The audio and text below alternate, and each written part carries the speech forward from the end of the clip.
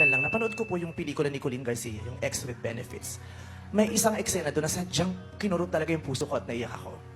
Si Tirso Cruz III ay tatay ni Colleen. May eksena doon. Nung pinanganak daw si Colleen, walang reaksyon. Hindi umiyak yung bata. Natakot sila. Natakot yung doktor. Natakot yung nurse. Dahil hindi umiyak yung bata at wala siyang reaksyon nung lumabas sa sinapupunan ng nanay niya. Binitbit yung bata. Hinampas sa puwet, pinalo.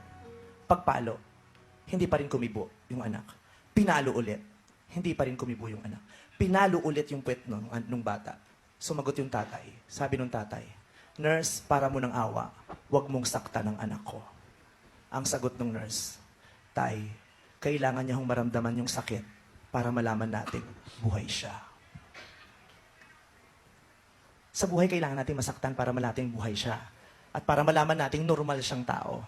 Pero yung sakit na yon, ibig sabihin, hindi nangangahulugang ikapanghihina mo bilang tao. Dahil sa sakit na yon, maaaring lalo siyang tumatag. At sa sakit na yon, maaari siyang may matutunan. Ito po ay isang paglalakbay. Diba? Marami po siyang pwedeng matutunan dito. At matututo ka, hindi lang naman sa tagumpay. Matututo ka sa pagkatalo. Minsan nga, mas marami tayong natututunan sa pagkatalo eh. Dahil minsan sa pagkakapanalo, mas marami tayong nakakalimutan dahil ang naiisip lang natin yung tagumpay. Pero the things that are really valuable, nakakalimutan natin. The things that really matter, nakakalimutan natin dahil nalulunod tayo sa tagumpay. Dahil ito po ay paglalakbay, ano man po ang dulo nito,